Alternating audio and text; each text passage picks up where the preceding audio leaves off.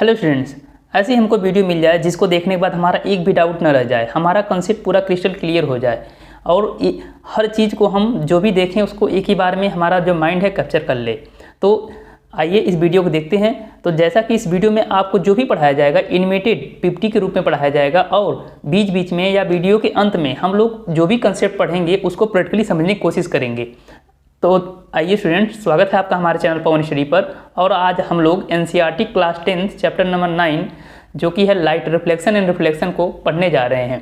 इस video lecture को देखने के बाद मैं यही आशा करता हूं कि आपका एक भी डाउट नहीं रहेगा और ज़रूर से आप पूरी आसानी से बोर्ड एग्जाम में आसानी से हर एक कंसेप्ट के बारे में आसानी से लिख सकते हैं। तो इसको लास्ट तक ज़रूर देखिएगा और बीच बीच में या हम वीडियो के अंत में एक्सपेरिमेंटली इसको समझने की कोशिश करेंगे, ठीक है। तो जैसा कि हम देख रहे हैं हमारे चैप्टर का नाम है लाइट रिफ्लेक्शन एंड रिफ्रैक्शन, जिसको हिंदी में बोलते हैं प्रकाश का परावर्तन तथा अपवर्तन। और ये जो भी है ये एनसीईआरटी या नीपी 2020 के अनुसार है और पूरा जो वीडियो सीरीज है आपको बाइलिंगुअल मिलेगा, अर्थात हिंदी और इंग्लिश में मिलेगा। तो आइए शुरू करते हैं और इसको कंटिन्यू करते हैं जिससे कि आपके कंसेप्ट को हम बूस्ट करते हैं। तो आगे बढ़ते हैं, हम लोग देखते हैं। जैसा कि हम देख रहे हैं कि पहला ही चीज़ है व्हाट इज, चैप्टर का नाम ही था हमारा लाइट रिफ्लेक्शन एंड रिफ्रैक्शन। तो व्हाट इज लाइट, लाइट क्या है? लाइट यानी कि प्रकाश। तो प्रकाश क्या चीज़ है? तो प्रकाश जैसा कि देख रहे हैं आप यहाँ पर आप देख रहे होंगे इस रूम में जब ये बल्ब जल रहा है तो हमको इस रूम में रखी हुई ढेर सारी वस्तुएं दिख रही हैं।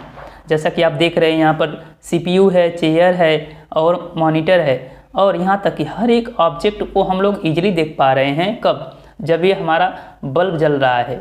तो समझते हैं हम लोग लाइट क्या है। लाइट क्या है? तो लाइट इज ए एनर्जी, यानी कि what is light? Light is a form of energy. Light is a form of energy अर्थात जो लाइट है एक प्रकार से ऊर्जा का रूप है जिसकी सहायता से हम चीज़ों को आसानी से देख सकते हैं। हम लोग पिछले क्लासेस में ऊर्जा के बारे में ढेर सारे पढ़े हैं, जैसे कि हमारे सामने ढेर सारे ऊर्जा के रूप हैं, जैसे कि electrical energy, sound energy, wind energy. तो उसी तरह से हमारा एक लाइट भी क्या है, एक प्रकार से एनर्जी का रूप है जिसकी सहायता से हम क्या कर पाते हैं, तो इसकी सहायता से हम चीज़ों को आसानी से देख पाते हैं। अब जैसे कि देख रहे हैं इस रूम में जैसे ही हम लोग देख रहे हैं कि इसमें आप लोग देख रहे होंगे कि यहाँ पर एक स्विच लगा हुआ है ऑन और ऑफ करके।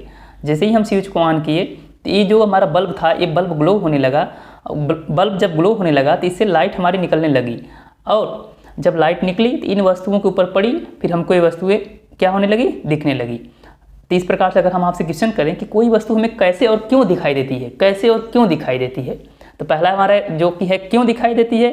तो लाइट जब इन वस्तुओं के ऊपर पड़ती है, लाइट एनर्जी जब इन वस्तुओं को पड़ती है तो वस्तुएं हमको दिखाई देती हैं। और कैसे दिखाई देती हैं इसको हम लोग देखते हैं।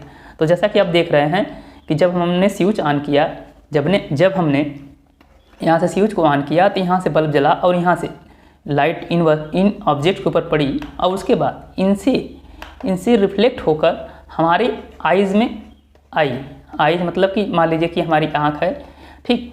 तो जब इन वस्तुओं से लाइट रिफ्लेक्ट होकर हमारे आँखों में आई तो चूँकि हमारे आँख में यहाँ रेटिना होता है और रेटिना पर इन वस्तुओं का, इन ऑब्जेक्ट का इमेज बना और उस रेटिना से हमारे ब्रेन की नर्व्स जुड़ी रहती हैं जो कि उसको हमारे इलेक्ट्रिकल सिग्नल में कन्वर्ट करके हमारे ब्रेन के पास भेजती हैं, जिसके बाद हमको ये वस्तुएं दिखने लगती हैं। तो अगर कोई पूछे कि हमको कोई वस्तुएं कैसे दिखाई देती हैं, तो जब लाइट इनके ऊपर पड़ती है और उनसे रिफ्लेक्ट होकर यानी परावर्तित होकर हमारे आँखों में आती है तब उन वस्तुओं का हमारे रेटिना के ऊपर इमेज बनता है। हमारे रेटिना के ऊपर उन वस्तुओं का इमेज बनता है, उसके बाद हमको वस्तुएं आसानी से दिखाई देने लगती है। उसके बाद जैसे देखिए यहाँ पर लाइट, जैसे कि यहाँ पर टार्च जल रहा था तो उससे लाइट निकल रही थी। तो what is light? Light is a form of energy that produce sensation of vision, जो कि हमारे आंखों में सेंसेशन ऑफ विजन क्रिएट करता है जिसकी हेल्प से हम चीज़ों को आसानी से देख सकते हैं। अब उसके बाद इसके हम प्रॉपर्टी के बारे में बात करते हैं कि थोड़ा प्रॉपर्टी के बारे में बात करते हैं कि लाइट की जो प्रॉपर्टी होती क्या होती। तो सबसे पहले एक प्रॉपर्टी क्या है कि ये जो लाइट होती है ये हमेशा स्ट्रेट लाइन पाथ में ट्रेवल करती है, यानी कि सीधी रेखा में ट्रेवल करती है। तो इसी को हम लोग बोलते हैं रेक्टिलिनियर प्रोपगेशन। तो अगर कोई भी लाइट अगर ट्रेवल करती है तो जो उसका पाथ होता है कैसा होता है, एक स्ट्रेट लाइन होता है, सीधा रेखा होता है। और दूसरी चीज़ क्या कि लाइट जो होती है इसको ट्रेवल करने के लिए नो नीड ऑफ मीडियम, इसको चलने के लिए किसी भी मीडियम की आवश्यकता नहीं होती। मीडियम यानी कि जैसे कि हो गया हमारा एयर हो गया, वाटर हो गया या एनी अदर सॉलिड मीडियम हो गया, तो इसको चलने के लिए हमको किसी मीडियम की आवश्यकता नहीं होती है। क्यों? क्योंकि जो लाइट होती है हमारी, यह हमारी इलेक्ट्रोमैग्नेटिक वेव होती है, इलेक्ट्रोमैग्नेटिक वेव होती है। अगर इसको हम वेव पॉइंट ऑफ व्यू से देखें तो जो लाइट होती है यह इलेक्ट्रोमैग्नेटिक वेव होती है, इसीलिए इसको चलने के लिए कोई भी मीडियम की आवश्यकता नहीं होती है। और इसकी हम थर्ड प्रॉपर्टी की बात करें कि जो वेलोसिटी ऑफ लाइट होती है, वेलोसिटी यानी कि वेग, ये होती है हमारी 3 × 10⁸ मीटर पर सेकेंड, यानी कि यह एक सेकेंड में 3 लाख किलोमीटर चल सकती है। कौन? लाइट। ठीक है, तो ये हो गया हमारा इसकी थर्ड प्रॉपर्टी। अगर इसकी हम फोर्थ प्रॉपर्टी की बात करें तो इसकी जो फोर्थ प्रॉपर्टी होती है क्या, कि इसकी जो वेवलेंथ होती है, इसकी जो वेवलेंथ होती है यह 4000 एंगस्ट्रॉन से लेकर 8000 एंगस्ट्रॉन तक होती है। तो ये हमारे हो गए some basic property of light. और इसकी अगर और हम प्रॉपर्टी की बात करें, इसकी हम और प्रॉपर्टी की क्या, अगर इसकी फिफ्थ प्रॉपर्टी की बात करें तो क्या है कि जो लाइट होती है इस मतलब स्वयं तो विजिबल नहीं होता है, बट इसकी सहायता से हम चीज़ों को देख सकते हैं। तो ये हो गए हमारे कुछ लाइट के प्रॉपर्टी हो गए। अब उसके बाद हम जैसे कि देख रहे हैं, जैसा कि आप देख रहे हैं कि यहाँ से लाइट यहाँ पर पड़ रही है और उसके बाद यहाँ से रिफ्लेक्ट होकर इस बच्चे के आई में जो भी लिखा हुआ है इस बुक पर जा रही है, तब इस बच्चा जो है आसानी से पढ़ पा रहा है या देख पा रहा है। अब उसके बाद अगली जो प्रॉपर्टी है हम लोग को पढ़ना है क्या, रिफ्लेक्शन ऑफ लाइट। तो चूँकि हमको रिफ्लेक्शन जो पढ़ना है, रिफ्लेक्शन ऑफ लाइट जो पढ़ना है, हमको पढ़ना है प्लेन सरफेस से।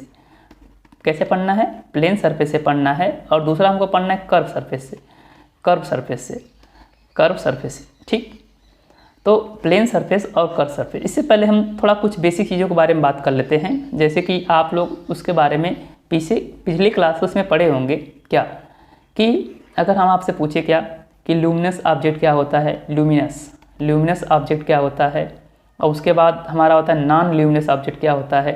इन थोड़ा बेसिक चीज़ों के बारे में बात कर लेते हैं जिससे कि हमको थोड़ा और कॉन्सेप्ट क्लियर हो जाएगा। तो अगर हम बात करें ल्यूमिनस ऑब्जेक्ट के बारे में बात करें तो जैसा कि आप जानते होंगे कि जो ल्यूमिनस ऑब्जेक्ट होता है, ऐसे ऑब्जेक्ट जिनका मतलब स्वयं का लाइट होता है, स्वयं यानी सेल्फ, ऐसे ऑब्जेक्ट जो कि सेल्फ लाइट प्रोड्यूस कर सकते हैं, जैसे कि हमारा हो गया सन हो गया, ग्लोइंग बल्ब हो गया, जैसे कि बल्ब जलता है, ग्लोइंग बल्ब हो गया, और उसके बाद ग्लोइंग बल्ब हो गया, ग्लोइंग कैंडल हो गया। तो ये हमारे सब ल्यूमिनस ऑब्जेक्ट हैं।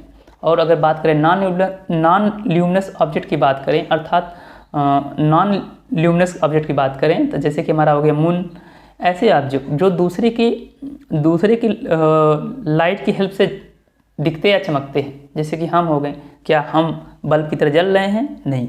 जब हमारे ऊपर लाइट पड़ रहा है तो रिफ्लेक्ट होकर तो हमारा चेहरा आपको दिख रहा है। इसी तरह से हमारा मून हो गया, ये सन के लाइट से ग्लो होता है, चमकता है। इसी तरह से कोई भी वस्तुएं जो कि नॉन लिविंग थिंग्स है, हमारे रूम में ढेर सारे चेयर, मेज, टेबल जितनी भी होती हैं, ये सब हमारी नॉन ल्यूमिनस ऑब्जेक्ट होते हैं। अब उसके बाद चलते हैं हम लोग, अब उसके बाद कुछ और बेसिक चीज़ों के बारे में हम लोग देख लेते हैं, जैसे कि ऑप्टिकल मीडियम के बारे में बात करें हम। ऑप्टिकल मीडियम तो क्या होता है ऑप्टिकल मीडियम?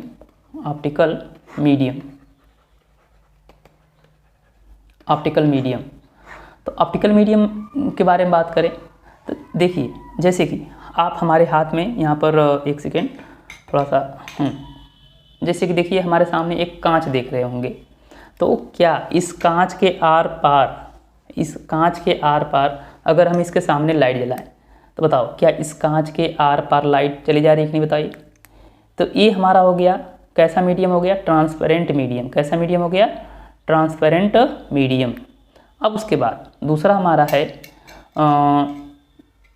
ओपेक क्या हो गया? जिसके आर पार लाइट न ट्रांसफ़र कर पाए। जैसे कि देख रहे हैं ये हमारे हाथ में प्लेन मिरर देख रहे हैं, अब इसको हम जला रहे हैं लेजर लाइट, तो बताइए क्या इसके अब इससे हल्का फुल्का चला जा रहा है। अगर हम दूसरे कोई किसी मीडियम की बात करें, जैसे कि हमारे सामने ये देख रहे हैं, अब बताइए, अब इसके सामने अगर हम लाइट जला रहे हैं, पहले देखिए आपको लाइट दिख रही है, ठीक।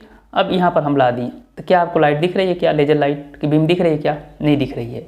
तो इसलिए नहीं दिख रही है क्योंकि हमारा है ओपेक। तो जिसके आर पार लाइट न जा पाए उसे हम बोलते हैं ओपेक, अपारदर्शी, ठीक। और जो हमारा तीसरा होता है वो होता है ट्रांसलूसेंट, यानी कि अल्प पारदर्शी। तो जिसके थ्रू लाइट आधा अधूरा पास कर सके उसे हम लोग बोलते हैं ट्रांसलूसेंट। जैसा कि आप यहाँ पर हाँ, जैसा कि आप ये बॉटल देख रहे हैं, ठीक। ये तो बॉटल हमारा ट्रांसपेरेंट में आ जाएगा। जैसे कि ये हाँ, यहाँ पर तो ये जो है हमारा इसके थ्रू 100% लाइट ट्रांसफर नहीं करेगी, बट आधा अधूरा जाएगी। तो ये हमारे लिए रहेगा ट्रांसलूसेंट, अल्प पारदर्शी, ठीक। अब हम लोग थोड़ा और बेसिक टर्म के बारे में सीख लेते हैं और देखते हैं, रे ऑफ लाइट के बारे में देख लेते हैं, ठीक है।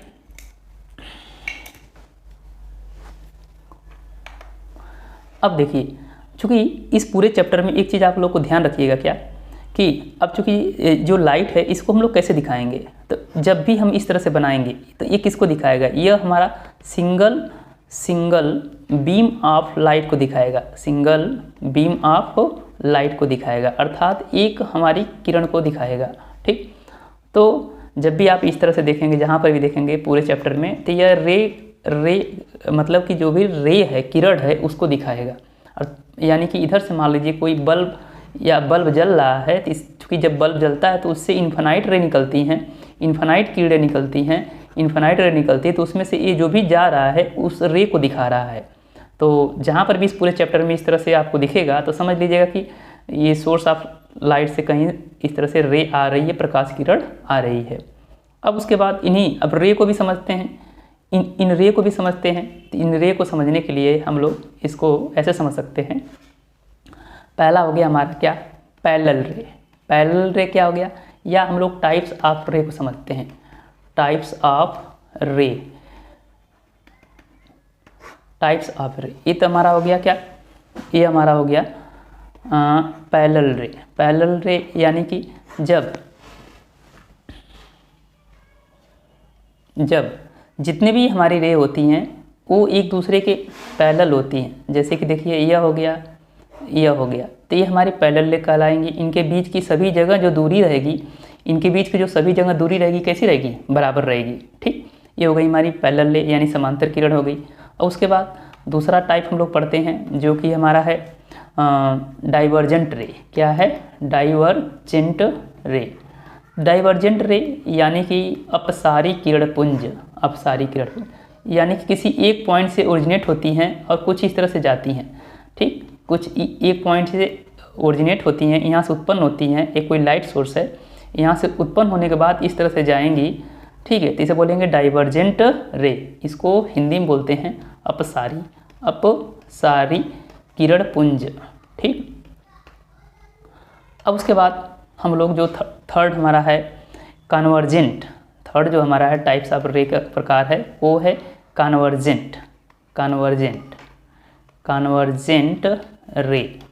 कन्वर्जेंट रे कैसे होती है, जो कि कन्वर्ज होती हैं, किसी एक पॉइंट पर आकर कन्वर्ज हो, इकट्ठा हो, तो उसे हम बोलेंगे कन्वर्जेंट रे। इसको बोलते हैं अभिसारी किरणपुंज। क्या बोलेंगे इसको, अभिसारी किरणपुंज, ठीक। तो आशा करती इतना आप लोग को चीज़ें समझ में आ रही होगी, ताकि हम आपको रिफ्लेक्शन ये जो रिफ्लेक्शन शब्द है इसको समझा सकें आसानी से, ठीक है स्टूडेंट्स। तो अब देखिए, अब हमारा ये, और इसमें एक बेसिक चीज़ और समझिएगा लाइट चैप्टर में, क्या कि जब भी अगर हम इस चैप्टर में अगर इस तरह से अगर इस तरह से हम एक लाइन खींच देंगे और एक लाइन इस तरह से खींचकर हम पीछे से डैश डैश इस तरह से कर देंगे, तो इसका क्या मतलब हुआ। तो जब देखिए पीछे डैश डैश नहीं रहेगा, जब यह पीछे इस तरह से डैश डैश नहीं रहेगा और जब पीछे डैश डैश रहेगा, तो इसका क्या मतलब है, जब पीछे डैश डैश नहीं रहेगा तो इसका मतलब यह है ट्रांसपेरेंट। ये क्या है, ये हमारा ट्रांसपेरेंट है और यह हमारा ओपेक है। कैसा है, ओपेक। यानी कि जब भी रे ऑफ लाइट इसके सामने से जाएगी, जब भी रे ऑफ लाइट इसके सामने, मान लीजिए यहाँ बल्ब जल रहा है, ठीक, जब इसके सामने बल्ब जल रहा है तो जो भी अगर रे ऑफ लाइट आएगी तो इसके आर पार आसानी से चली जाएगी। लेकिन इस वाले केस में क्या होगा,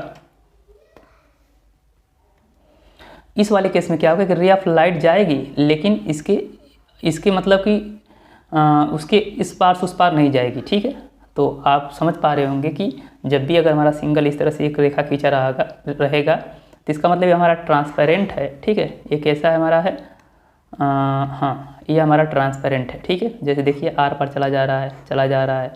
ठीक, ये देखिए आर पर चला जा रहा है, रे ऑफ लाइट आर पर चली जा रही है। ठीक, लेकिन ये अगर यही रे ऑफ लाइट इधर और आगे जाएगी तो इस तरह से इसके आर पार नहीं जाएगी, यहीं पर क्या होगी, यहीं पर टकरा के फिर इधर वापस आएगी, टकरा के क्या होगी, वापस आएगी। ठीक, इस तरह से टकरा के वापस आएगी। तो इसको हम लोग बोलेंगे ओपेक।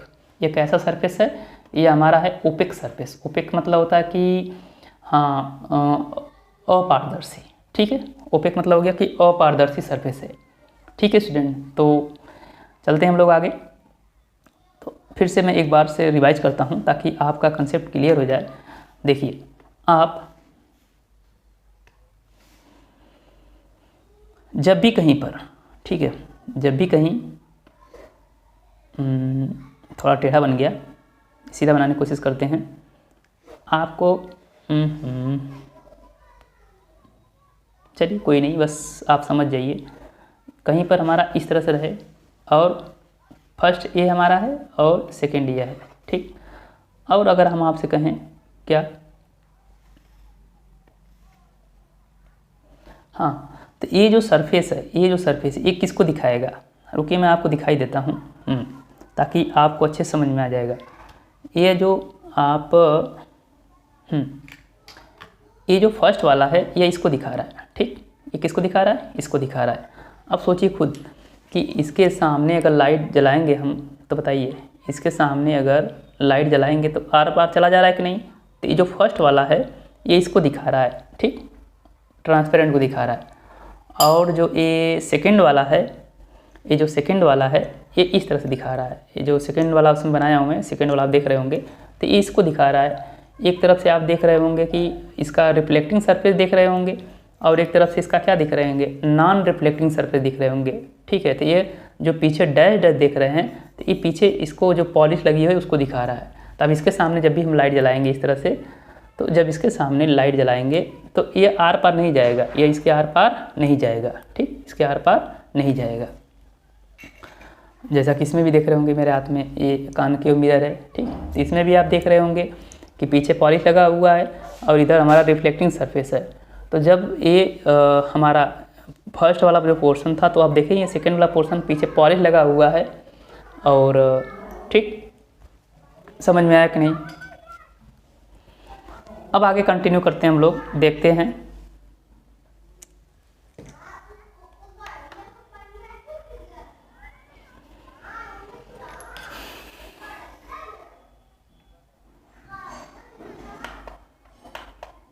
अब समझते हैं हम लोग reflection of light. Reflection of light क्या होता है, जब हमारी प्रकाश की किरण या रे ऑफ लाइट किसी रिफ्लेक्टिंग सरफेस पर पड़ती है तो उससे टकराकर जैसे यहाँ पर पड़ी इस तरह से, फिर उसे टकराकर वापस सेम उसी मीडियम में चली गई, तो इस फेनामिना को बोलते हैं हम रिफ्लेक्शन ऑफ लाइट। इसको हम लोग बोलते हैं रिफ्लेक्शन ऑफ लाइट, प्रकाश का परावर्तन। ठीक है, तो इसे हम बोलते हैं प्रकाश का परावर्तन। ठीक, अब इसको यहाँ पर ऐसे भी देख सकते हैं, जैसे कि हमारे सामने प्लेन मिरर देख रहे होंगे। तो अब अगर इस पे हम लोग इस प्लेन मिरर को देख रहे हैं, इस पे अगर लाइट को इस तरह से इंसिडेंट कराएं, ठीक, आपको कैसे दिखाएं, हाँ ऐसे दिखे। अब अगर मैं इस पे लाइट इसे जला रहा हूँ, तो अब चूँकि देख रहे हैं कि जो लेजर लाइट है इसको जलाऊँगा तो टकरा के वापस इसे जाएगा। तो ये जो परिघटना है, रे ऑफ लाइट आई टकरा के चली गई, इसी को हम लोग बोलते हैं रिफ्लेक्शन ऑफ लाइट बोलते हैं। ठीक, तो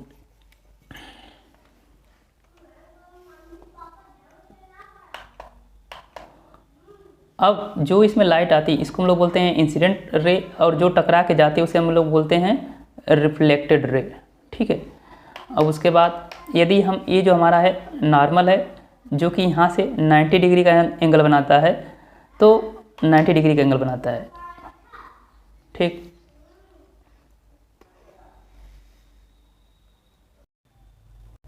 तो स्टूडेंट हम लोग क्या पढ़ रहे थे, रिफ्लेक्शन ऑफ लाइट को देख रहे थे। तो रिफ्लेक्शन ऑफ लाइट में क्या हो गया, ये हमारी हो गई इंसिडेंट रे और ये क्या हो गई रिफ्लेक्टेड रे, और ये हमारा हो गया नॉर्मल। ठीक है, तो इंसिडेंट रे जितना इस नॉर्मल के विद रिस्पेक्ट जितना एंगल बनाता है उसे हम लोग बोलते हैं एंगल आई, और इसके सापेक्ष इस नॉर्मल के सापेक्ष जो रिफ्लेक्टेड रे होती है जितना कोण बनाता है उसको हम बोलते हैं एंगल आर, और ये दोनों कोण होते हैं आपस में बराबर होते हैं, इसी को हम लोग बोलते हैं लॉ ऑफ रिफ्लेक्शन, यानी कि angle I is equal to angle R होता है, पहला नियम होता है। और दूसरा नियम क्या होता है कि यह इंसिडेंट रे, रिफ्लेक्टेड रे और नॉर्मल तीनों हमारे एक ही प्लेन में होते हैं। ये नहीं कि जैसे प्लेन की बात करें तो जैसा कि आप देख रहे होंगे यहाँ पर हमारा, यहाँ पर हो गया हमारा यह, अगर मान लीजिए जैसा कि देख रहे हैं, ठीक देखिएगा, अगर हम बात करें क्या,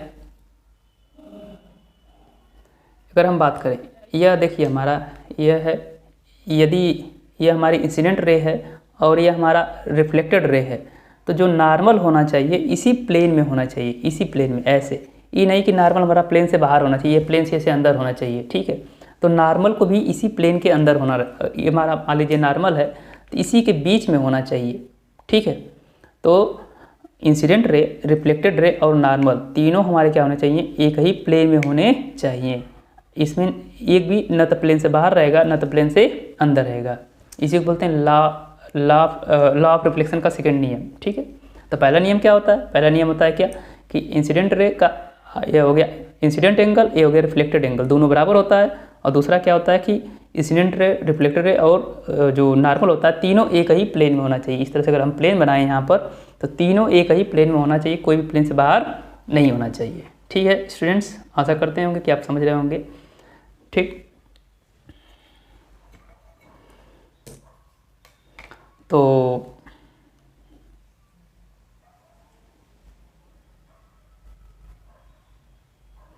अब चलते हैं हम लोग आगे।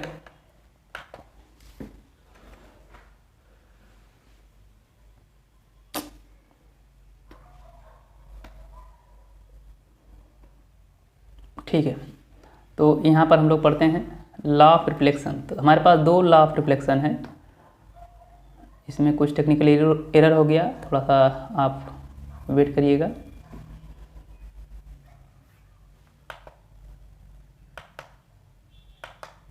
ये हमारा पूरा हम लोग यहीं पर थे, ये थोड़ा सा स्टूडेंट टेक्निकल एरर होने की वजह से हुआ है।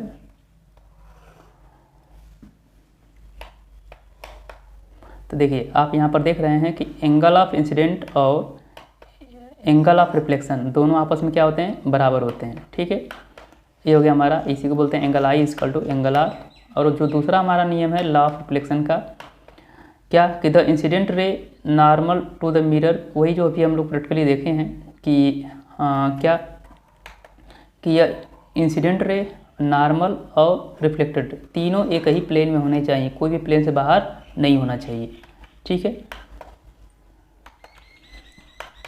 इसी को बोलते हैं लॉ ऑफ रिफ्लेक्शन। अब हम लोग पढ़ते हैं, हमको बनाना है एक प्लेन मिरर बनाना है। क्या बनाना है, एक प्लेन मिरर बनाना है, जो कि ये हमारे हाथ में देख रहे हैं आप। ठीक, तो ये प्लेन मिरर सिंपली इसमें आपको क्या समझना है कि देखिए यह हमारा हो गया क्या, ये हो गया हमारा इसका जो यह है हमारा रिफ्लेक्टिंग सरफेस, यह हमारा है, इसके अब दो सरफेस देख रहे होंगे, एक हो गया रिफ्लेक्टिंग सरफेस और एक क्या हो गया नॉन रिफ्लेक्टिंग सरफेस। अब इसी को हमको बनाना है और समझना है।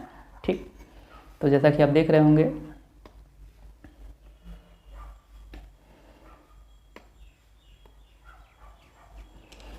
तो प्लेन मिरर हमको बनाना है।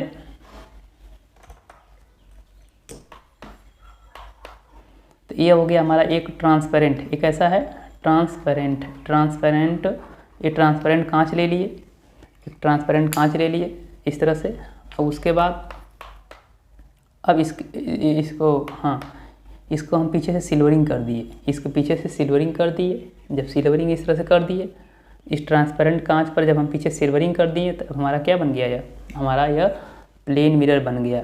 ठीक है, तो जैसा देखिए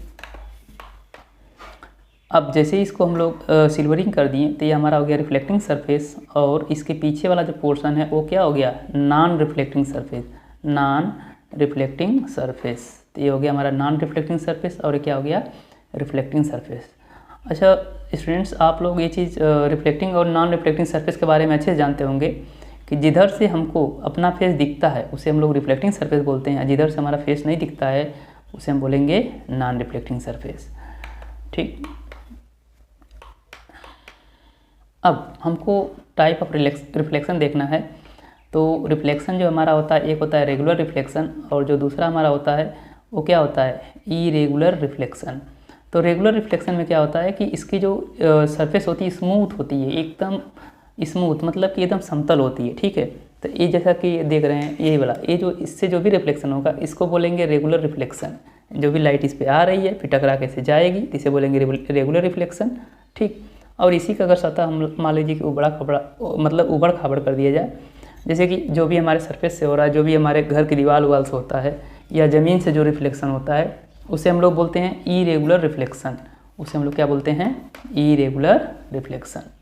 ठीक, तो इरेगुलर रिफ्लेक्शन जैसे देखिए इसकी जो सरफेस है कैसी है, रफ यानी कि खुरदुरी है, तो इससे जो भी रिफ्लेक्शन होगा वो कैसा होगा, इरेगुलर रिफ्लेक्शन। जैसे कि हमारा कंक्रीट हो गया, वाल हो गया, रनिंग वाटर हो गया, तो इन सब से जो भी रिफ्लेक्शन होता है उसे हम बोलते हैं इरेगुलर रिफ्लेक्शन, अनियमित परावर्तन। इसको बोलेंगे नियमित परावर्तन।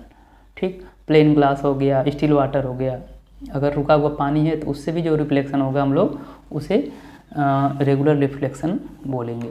ठीक, अब उसके बाद हमको प्लेन मिरर के द्वारा, जैसे कि जो भी प्लेन मिरर है जो कि बार बार मैं आपको दिखा रहा हूँ, उसके द्वारा इमेज कैसे बनता है, इसके हमको कैरेक्टरिस्टिक समझना है, उसके गुण को समझना है कि जो इमेज बनता है कैसे बनता है। तो पहली प्रॉपर्टी क्या होती है कि image form in plane mirror erect and of same size. Erect यानी कि सीधा यानी कि इसका अगर टॉप ऊपर है तो इसमें भी इसका टॉप ऊपर रहेगा, यदि इसका सर ऊपर इसमें है तो इसका सर भी ऊपर रहेगा। समझ रहे हैं आप लोग, इसका पैर इसमें नीचे है तो इसमें पैर क्या रहेगा, नीचे। जहाँ भी अगर इरेक्ट शब्द की बात आए तो इरेक्ट मन होता है सीधा, क्या होता है, सीधा। ठीक, तो जहाँ भी सीधा की बात आए तो प्लेन मिरर से जो इमेज बनता है इरेक्ट बनता है और सेम साइज़ का बनता है, यानी कि जितनी इसकी ऊंचाई है जितनी इसकी ऊंचाई है वही हमारा इसमें इस प्रतिबिंब की भी ऊंचाई बनेगी। ठीक, अब चलते हैं हम लोग इसकी दूसरी प्रॉपर्टी समझते हैं। दूसरी प्रॉपर्टी हमारा है क्या, image is same distance behind the mirror, यानी कि जैसा देख रहे हैं ये हमारा है प्लेन मिरर है।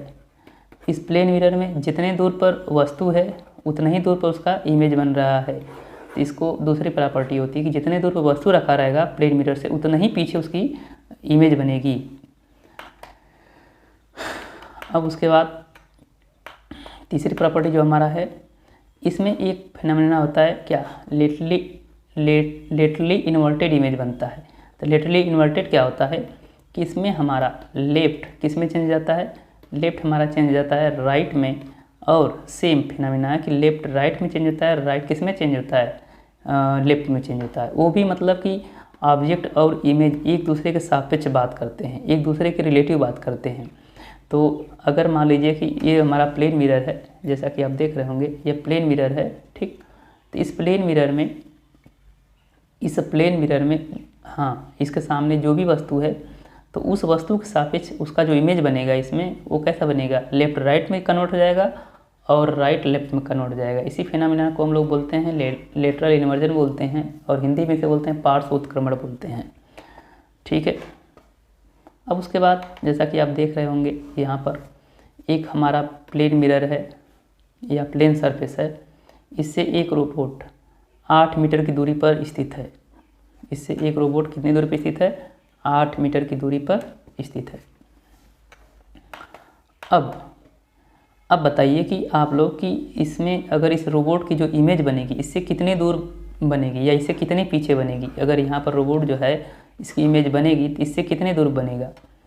तो अभी हम लोग प्रॉपर्टी पढ़े हैं क्या कि जितने दूर पर ऑब्जेक्ट होता है उतने ही दूर पर क्या बनता है, इमेज बनता है। तो यानी कि यह 8 मीटर पर है तो यह भी कितने मीटर पर बनेगा, इसका 8 मीटर बनेगा। ठीक है, तो देखिए तो इससे हमारा क्या कंसेप्ट क्लियर हुआ कि जितने अगर कोई प्लेन मिरर हमारा है, एक समतल दर्पण है, तो जितने दूर पर वस्तु होता है उतना दूर पर उसका क्या बनता है, इमेज बनता है बिहाइंड द प्लेन मिरर। अब उसके बाद तो अब एक दूसरे के सापेक्ष इन दोनों के बीच की दूरी कितना हो गई, 16 मीटर हो गई। कितना हो गई, 16 मीटर। ठीक, अब उसके बाद नेक्स्ट हम देखते हैं कि अगर यह मान लीजिए 2 मीटर आगे बढ़ गया, यह अगर 2 मीटर आगे बढ़ गया, तो चूँकि अगर ऑब्जेक्ट इधर जाएगा तो इमेज भी इधर आएगा, ऑब्जेक्ट इधर जाएगा तो इमेज भी इधर आएगा। तो इनके बीच में अब नेट कितना गैपिंग बची, तो हम देख रहे हैं 2 मीटर इधर गया।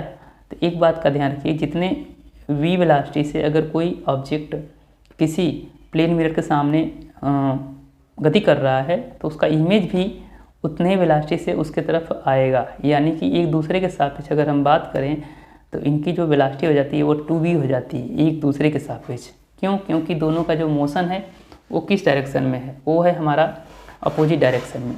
ठीक है, तो अगर ये इधर आया 2 मीटर तो ये भी 2 मीटर चला। अब कितना हो जाएगा इनके बीच की नेट दूरी, तो पहले था 16 मीटर, तो 16 में से 4 जा कितना हो जाएगा, 12 मीटर बचेगा इनके बीच की नेट दूरी। ठीक है,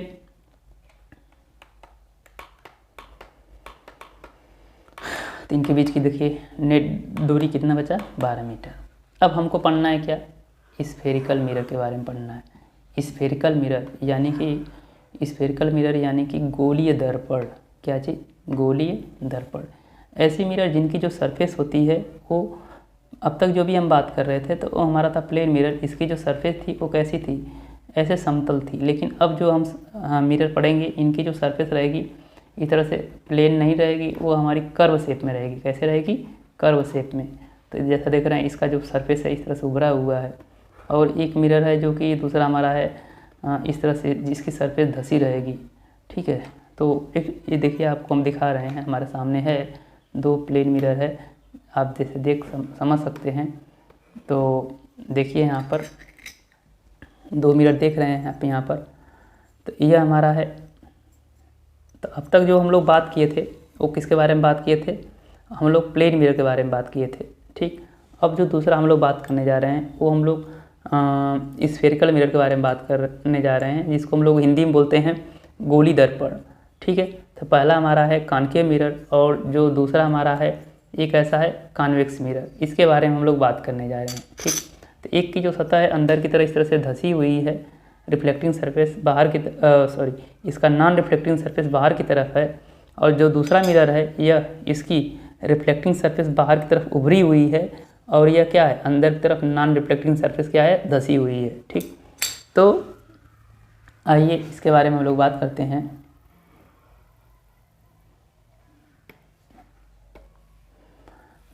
प्लेन मिरर, स्फेरिकल मिरर। तो स्फेरिकल मिरर हमारे ऐसे मिरर जिनकी जो सरफेस होती है कैसे होती है, प्लेन नहीं होती, कर्व होती है, या तो अंदर की तरफ धसा रहेगा या तो बाहर की तरफ उठा रहेगा। तो ये हो गया हमारा कन्वेक्स मिरर, और दूसरा हो गया कॉनकेव मिरर। ठीक, जैसे कि हम लोग स्फेयर शेप में एक हमारे पास कांच का टुकड़ा था, उसको हम बीच में से कट कर दिए ऐसे, तो एक हमारा इधर गया पोर्शन और एक पोर्शन हमारा इधर गया। ठीक, तो अब एक जो पोर्शन हमारा था उसको हम लोग बाहर से पॉलिश किए। कहाँ से पॉलिश किए, बाहर से। जैसे कि देखिए गोला शेप में था इस तरह से, तो बीच में से कट कर दिए, तो एक वाला जो पोर्शन था इसको हम बाहर से पॉलिश कर दिए, तो ये हमारा बन गया कॉनकेव मिरर बन गया। क्या बन गया, कॉनकेव मिरर, यानी कि अवतल दर्पण। और जो दूसरा पोर्शन था उसको हम लोग अंदर से पॉलिश कर दिए, तो इसका रिफ्लेक्टिंग सरफेस बाहर की तरफ रहा, उसे हम लोग बोलते हैं कॉन्वेक्स मिरर, यानी कि उत्तल दर्पण। ठीक है, तो ये हमारा है कॉनकेव मिरर, ये हो गया इसका रिफ्लेक्टिंग सरफेस, और पीछे हो गया इसका इस तरह से पॉलिश्ड हो गया। ठीक, अब दूसरा हमारा बना, इसको हम लोग बोलेंगे कॉनकेव मिरर। दूसरा जो पोर्शन लिए हम लोग इसको अंदर से पॉलिश कर दिए, इसको क्या कर दिए, अंदर से पॉलिश कर दिए इस तरह से। ठीक, अब इसका जो रिफ्लेक्टिंग सरफेस है बाहर की तरफ हमारा बल्जिंग है, बल्जिंग आउटवर्ड है, यानी कि उभरा हुआ है, तो इसे हम लोग बोलेंगे कॉन्वेक्स मिरर। ठीक है, अब चलते हैं स्टूडेंट्स आगे की तरफ। इसको जैसा कि आप देख सकते हैं, वो तो हमारा 3D इमेज था, अब यहाँ पर 2D इमेज में आपको थोड़ा अच्छे से समझ में आएगा। देखिए इस तरह से यहाँ से कट किए, हम यहाँ से कट कर रहे हैं यहाँ से, ठीक। यहाँ से कट करने के बाद इसको अंदर से पॉलिश कर दिए इस तरह से, तो इससे जो हमको मिलेगा यह मिलेगा कन्वेक्स मिरर। उसके बाद और जो रिमेनिंग पोर्शन था इधर से कट किए, तो अब इसको हम लोग इधर से बाहर से पॉलिश कर दिए। इसको जब बाहर से पॉलिश किए तो अब यहाँ से जो हमको मिलेगा क्या मिलेगा, कॉन्केव मिरर, ठीक है। तो ये हो गया रिफ्लेक्टिंग सरफेस, ये हो गया ऑपेक सरफेस। इस वाले में ये हो गया रिफ्लेक्टिंग सरफेस और ये क्या हो गया, ओपेक सरफेस। तो इस प्रकार से हमारे पास दो स्फेरिकल मिरर होते हैं, एक होता है कन्वेक्स, दूसरा क्या होता है, कॉन्केव। देखिए तो इसकी क्या प्रॉपर्टी होती है, इसके सामने जो भी रे ऑफ लाइट आती है उसको इस तरह से यह कन्वर्ज कर देता है, फैला देता है, ठीक है। तो इसीलिए इसको बोलते हैं हम लोग, नहीं सॉरी, इसको हम लोग ये डाइवर्ज कर देता है, क्या करता है, डाइवर्ज कर देता है। जैसे रे ऑफ लाइट आई, पैरेलल रे ऑफ लाइट आई, इसको इस तरह से फैला दिया बाहर की तरफ, पैरेलल रे ऑफ लाइट आई, इसको बाहर की तरफ फैला दिया, तो ये हमारा कहलाता है कन्वेक्स मिरर, ठीक है। या इसको बोलते हैं डाइवर्जिंग मिरर। डाइवर्ज कर देना मतलब कि अपने रास्ते से भटका देना, फैला देना। तो आप देख रहे हैं जैसे कि जो भी रे ऑफ लाइट आई इसको इस तरह से फैला दिया, बाहर की तरफ डाइवर्ज कर दिया, इसलिए इसको बोलते हैं डाइवर्जिंग मिरर बोलते हैं। और जो दूसरा हमारा पोर्शन है, अगर इसके सामने पैरेलल रे ऑफ लाइट आएंगी तो उसको एक पॉइंट पर इस तरह से कन्वर्ज कर देता है, एक पॉइंट पर कन्वर्ज कर देता है, इसलिए इसको बोलते हैं कन्वर्जिंग लाइट, ठीक है। तो जैसे कि आप यहाँ पर देख रहे हैं, अगर इसका मतलब क्या हुआ है कि जो भी रे ऑफ लाइट आएगी इसको इस तरह से एक पॉइंट पर इसको इकट्ठा कर देगा, ठीक है। तो इसे बोलते हैं कन्वर्जिंग मिरर, किसको, कॉन्केव मिरर को। अब कुछ टर्म इसमें है जो कि हमको समझना है। अब ये जैसा कि हमारे सामने देख रहे हैं, एक ट्रांसपेरेंट स्फीयर है, यानी कि पारदर्शी कांच का गोला है।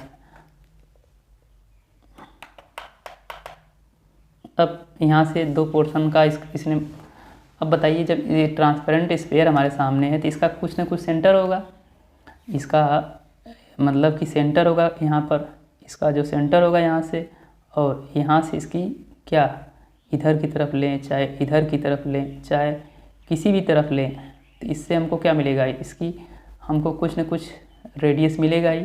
इसकी यह रेडियस हो जाएगी आर आर आर। चूँकि स्फीयर है तो चारों दिशाओं में जो रेडियस होता है वो हमारा क्या होता है, इक्वल होगा, ठीक है। चाहे किसी भी चारों दिशाओं में किधर भी आप लेंगे तो जो रेडियस का मान होगा वो क्या होगा, इक्वल होगा, रेडियस यानी कि त्रिज्या। अब देखिएगा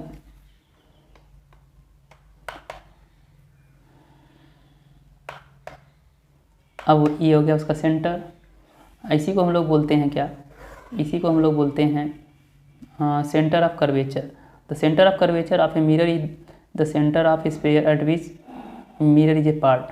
तो सेंटर ऑफ कर्वेचर क्या होता है, किसी भी स्फेरिकल गोले का सेंटर होता है जिससे कि हम दोनों मिरर को काट कर बनाते हैं, जिससे कि हम दोनों मिरर को काट के बनाते हैं, उसी को हम लोग बोलते हैं क्या, सेंटर ऑफ कर्वेचर बोलते हैं, ठीक। और उसके बाद पोल, क्या चीज़, पोल। तो पोल क्या होगा, तो जो मिरर हम काट के बनाए थे उसका जो मिड पॉइंट होता है उसी पोर्शन को हम लोग उसका पोल बोलते हैं, क्या बोलते हैं, पोल, ठीक है। और प्रिंसिपल एक्सिस क्या होता है, तो सेंटर ऑफ कर्वेचर से और पोल को मिलाने वाली वो इमेजिनरी लाइन, जो वह इमेजिनरी लाइन हमारा प्रिंसिपल एक्सिस कहलाती है। एक बार फिर से, जो प्रिंसिपल एक्सिस होती है वो क्या होती है, principal axis centre of curvature और पोल को मिलाने वाली इमेजिनरी लाइन, काल्पनिक रेखा ही हमारी क्या कहलाती है, प्रिंसिपल एक्सिस कहलाती है, जिसको हम लोग बोलते हैं मुख्य अक्ष, ठीक। आगे चलते हैं, रेडियस ऑफ कर्वेचर, जिसको बोलते हैं हम लोग वक्रता त्रिज्या। तो सेंटर ऑफ कर्वेचर और पोल के बीच की जो दूरी होती है उसी को हम लोग बोलते हैं रेडियस ऑफ कर्वेचर। अब कुछ कॉमन टर्म को हमको और देखना है इसमें। हमारा ये कौन सा मिरर है, कॉन्केव मिरर लिए हैं, फर्स्ट वाले में हम लोग कॉन्केव मिरर लिए हैं। तो कॉन्केव मिरर में क्या होता है कि यह हमारी प्रिंसिपल एक्सिस हो गई, मुख्य अक्ष। इसके सामने जब पैरेलल रे ऑफ लाइट आएंगी, सब पैरेलल रे ऑफ लाइट आएंगी तो वो इन रे ऑफ लाइट को क्या करेगा, तो इसका नेचर ही है कि इसके सामने जो भी रे ऑफ लाइट आएंगी पैरेलल, तो उसको एक पॉइंट पर कन्वर्ज करना, उसको एक पॉइंट पर क्या करना, कन्वर्ज करना, यानी कि इकट्ठा करना। तो इनको एक पॉइंट पर कन्वर्ज करना, इकट्ठा करना। ठीक है, तो जैसा कि देख रहे हैं आप, यहाँ से जो भी पैरेलल रे ऑफ लाइट आई है उनको एक पॉइंट क्या कर दिया, कन्वर्ज कर दिया। यही होती है प्रॉपर्टी, सबसे पहली प्रॉपर्टी होती है किसकी, एक कॉन्केव मिरर की। तो कॉन्केव मिरर क्या होता है, इसके अगर डिफिनीशन की बात करें तो एक concave mirror that reflect ray meet at point F on spherical axis, this point is called focus of the concave mirror. तो क्या होता है, सुनिएगा इसको एक बार फिर से।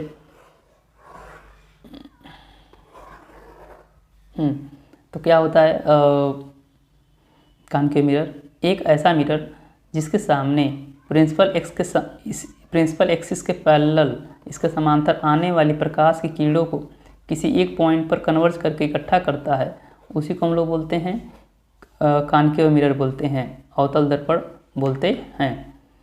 उसके बाद दूसरा हमारा है कॉन्वेक्स मिरर। कॉन्वेक्स मिरर क्या होता है, ऐसा मिरर हाँ जिसका जो रिफ्लेक्टिंग सरफेस होता है वो बाहर की तरफ बल्जिंग आउटवर्ड होता है, यानी कि बाहर की तरफ उभरा होता है, और उसकी ओपेक सरफेस या नॉन रिफ्लेक्टिंग सरफेस पीछे की तरफ होती है, जिधर की तरफ धंसा रहता है। ठीक है, तो अब उसके बाद जब इसके सामने पैरेलल रे ऑफ लाइट आएगा तो ये इसको क्या कर देगा, डाइवर्ज कर देगा, यानी कि उनको फैला देगा। उसको हम लोग बोलेंगे कॉन्वेक्स मिरर। ठीक है, अब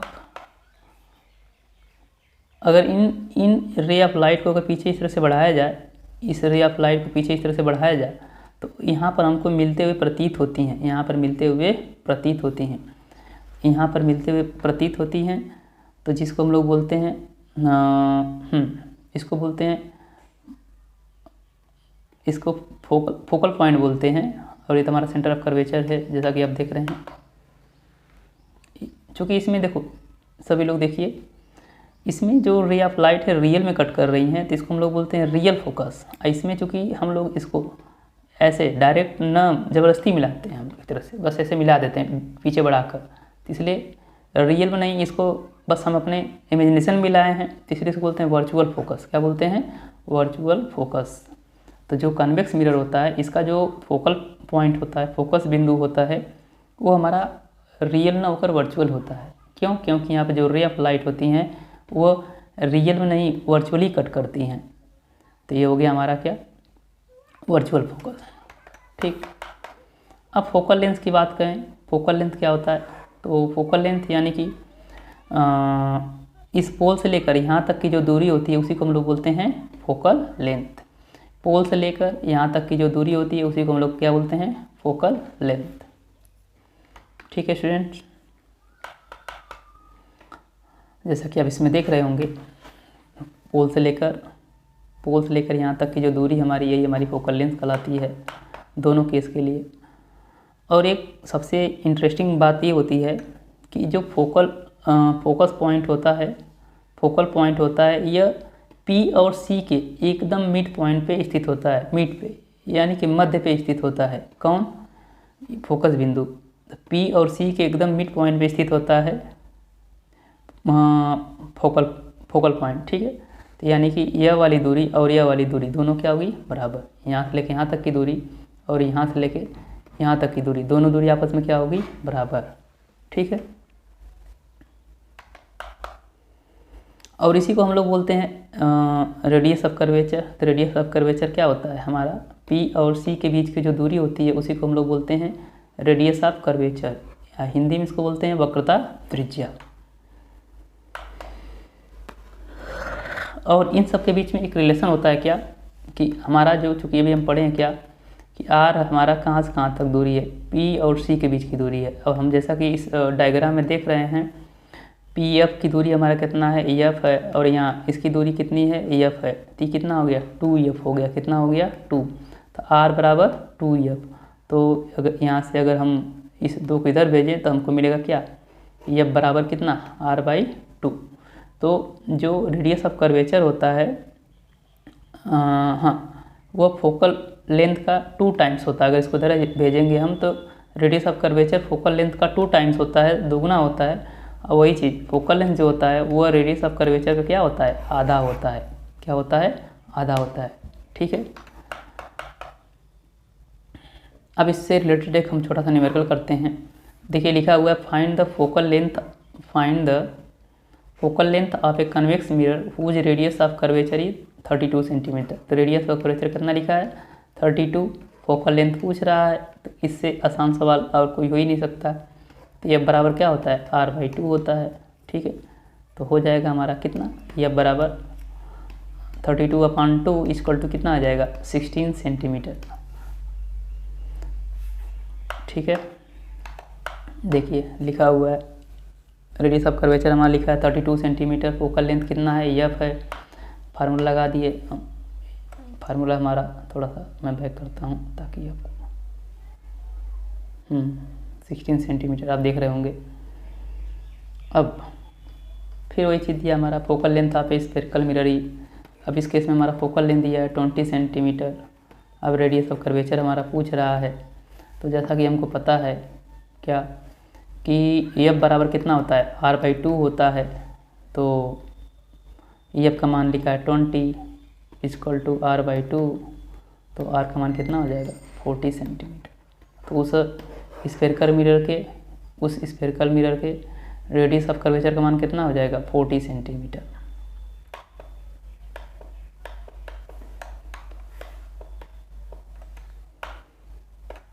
इस प्रकार से जो हमारा लेक्चर नंबर पहला है लाइट का कंप्लीट हुआ, जिसमें हम लोगों ने